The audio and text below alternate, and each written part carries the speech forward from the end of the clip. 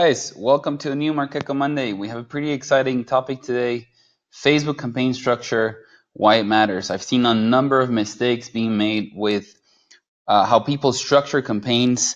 Sometimes they compete with each other. Sometimes you can't really read the reports because they're not properly structured. So this is a very fundamental and sometimes even basic topic that most of you should know. And if you do, then I'm going to give you some tips on things that you should do when structuring campaigns, right?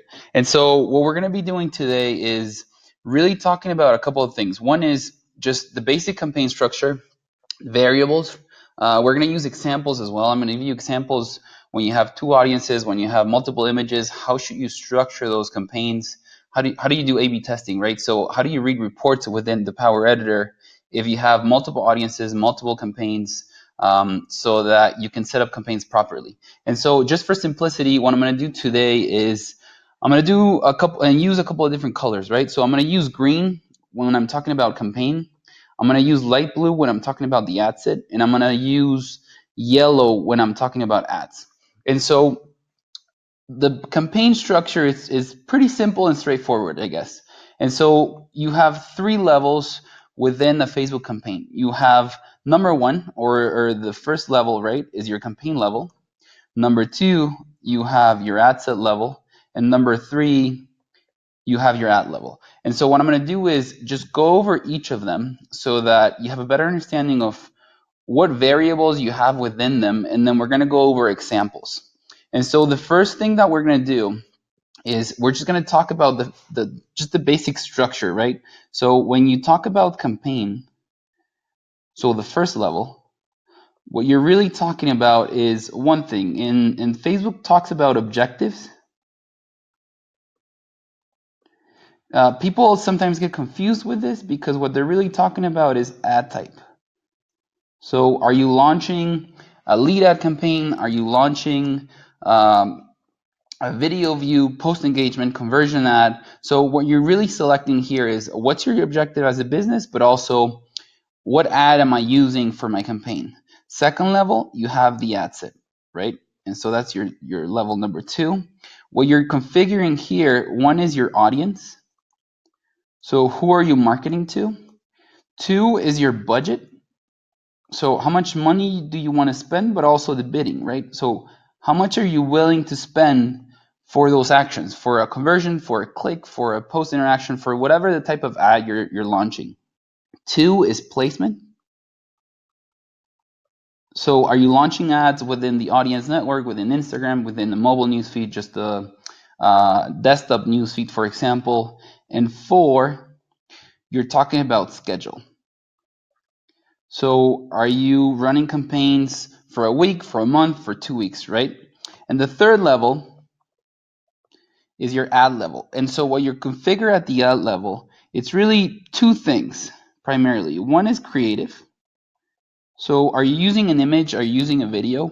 And two is your copy, right? So what's your title? What's your subtitle? What's the description of your ad? And there's a couple other things that you do as well. And one is a call to action. And two is you also sometimes, and this depends on the type of ad that you run, but usually select your fan page and your Instagram. Sometimes you do it at the ad set level. Sometimes you do it at the ad level. But those are the three basic structures. And here's where it's tricky, and here's where you really need to understand the different levels, right?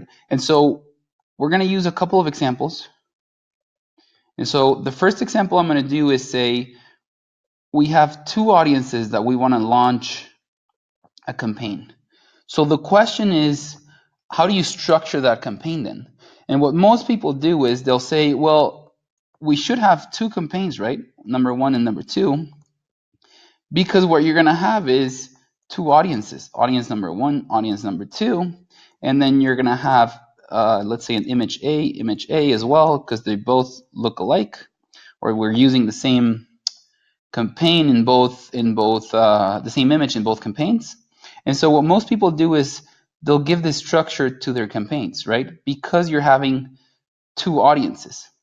And this is a big mistake because what you're doing here is you're not going to be able to compare your results. What you're going to end up doing is running the results and compare both campaigns. But what you want to do is compare your results at the ad set level. So you don't want to do this. The way you want to structure this campaign is really with just one campaign, where you want to have within the same campaign two ad sets, because you're having two different audiences, and you're going to have, again, A and A, because we're using the same image, right? And so what you're doing here is you're doing it correctly, because you're going to be able to compare audiences. In the example before, so in this one right here, we don't have, again, two ad types. If I were to say, well, we're going to run a lead generation campaign and then a post interaction, then this makes sense. But because we only have two audiences, we should be having one campaign, we should have two ad sets, and we should have two ads, because we're running the same image within two different audiences, right? And I'm going to give you another example, and this is a even bigger mistake, right? And so example number 2, let's say in this case we want to run two images. So we have let's say two post interactions with the same audience with two different images. How do you structure that campaign? And what most people do is they'll do the same thing. They'll say, well, then you should have two campaigns, right? Two post interaction campaigns. We're going to be running the same audience, so number one, and then we're going to have two images. So we're going to have image A, image B. So you should have two different campaigns. And again, this is a huge mistake, and this is even bigger than the last one, because what you're doing here is you're making your own campaigns compete against each other. In another sense, you're running two campaigns within Facebook Auction who are targeting the same audience, and therefore you're running the campaigns and making them compete against each other. So what does this make? This is going to just make you spend more money, and it's going to cost you more, right? So the cost per action is going to be more, because what you're doing is you're running two campaigns within the same auction. So you don't want to do this. The way you want to structure this campaign is similar to the one above, right? We have one campaign, we have one audience, but then we're going to have two different ads, ad A and ad B. And so what I'm going to end up with is one campaign, one ad set, and two ads. And this is the way you want to structure a campaign with two images, because this is what you want to make Facebook compete and optimize is not the audience like you're doing here, but what you want to optimize here is the ad set level, right? Why the ad? Because what we're comparing is two images. I want to see what image works best. So in order for that to work, I need to have one campaign, one audience, and two images. So this is a huge mistake I see people making, and not only in how they structure them, but then it becomes really hard to read results, right? So if you make a mistake in how you structure campaigns, then it's harder to read the results. And I'm going to give you just a quick example. If you look into Facebook Ads Manager, and it's going to be the same thing in Power Editor, right? Again, if I have two audiences, right? The first thing I want to do is say, well, if I have two audiences, then I'm going to need two ad sets. Why? Because the audience is at the ad set level. If I have two images, images are at the ad level. So I have two different formats or two images. I'm going to need two ad sets. And same thing with a campaign. If I have two different objectives, so let's say I want to run one campaign with post engagement and one campaign with messages, then these are two different objectives, which mean I'm going to have two different campaigns. So you want to make sure you understand what variable are you changing, or what variables, what level are they, so that you know the number of campaigns, ad sets, and images that you need. If you look at results, and so if you set up things properly, and when you go to Power Editor or Ads Manager, so people sometimes get lost, and they get lost because they don't realize that there's a specific structure that you want to follow, right? So again, you have campaigns, you have ad sets, and you have ads. And so if I'm running a campaign with two audiences, what I'm going to do is I'm going to end up with two ad sets. If I'm running the same campaign with one audience and two different images, what I'm going to end up with is two different ads, because I'm running two different formats, or two different medias, as Facebook calls it, right? And so when I'm running a campaign with two different audiences, same objective, I want to look at results at the ad level, right? So if we go back to the example where you're running two different campaigns and not one, what ends up happening is that I'm not going to be able to read the results at the ad set level or at the ad level. I'm going to end up doing it at the campaign level. And that's where people make mistake, right? So again, you want to make sure you understand and you're clear about, one, I have a campaign level, two, I have an ad set level, and three, I have an ad level. Why? Because that's the structure I want to follow, and that's how I want to structure my campaigns. So what you want to do, just like a quick summary, right?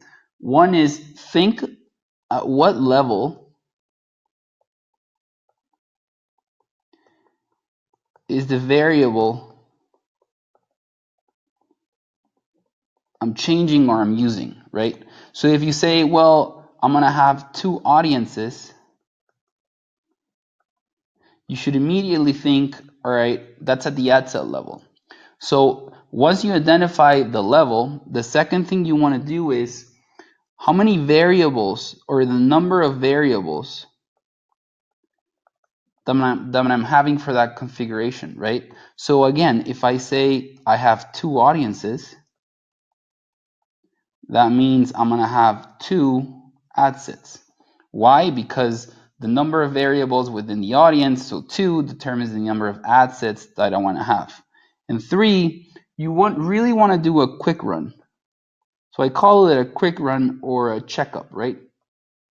So you want to check your campaign before you launch it, right? Make sure that you've set up your campaign correctly.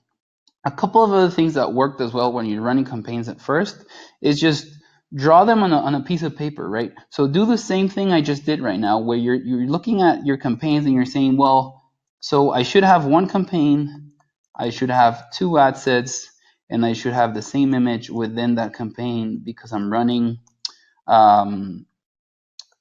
two audiences, right, within the same campaign.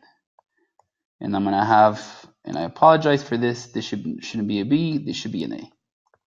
So draw them on a piece of paper.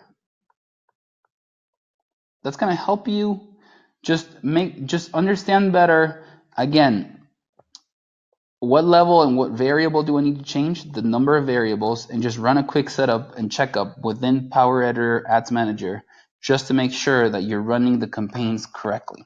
So hopefully you have a better understanding of how campaigns work, how should you structure them, and just not to make the same mistakes that most people make, because you don't want to make your campaigns compete with each other. You don't want to spend more than what you're spending. You want to optimize your campaigns as much as possible.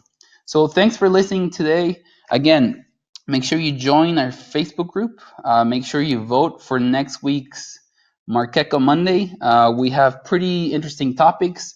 Visit our page as well, where you can download your study guide, join our group, subscribe to our YouTube channel, and hopefully I'll see you next Monday. See you guys. Thank you.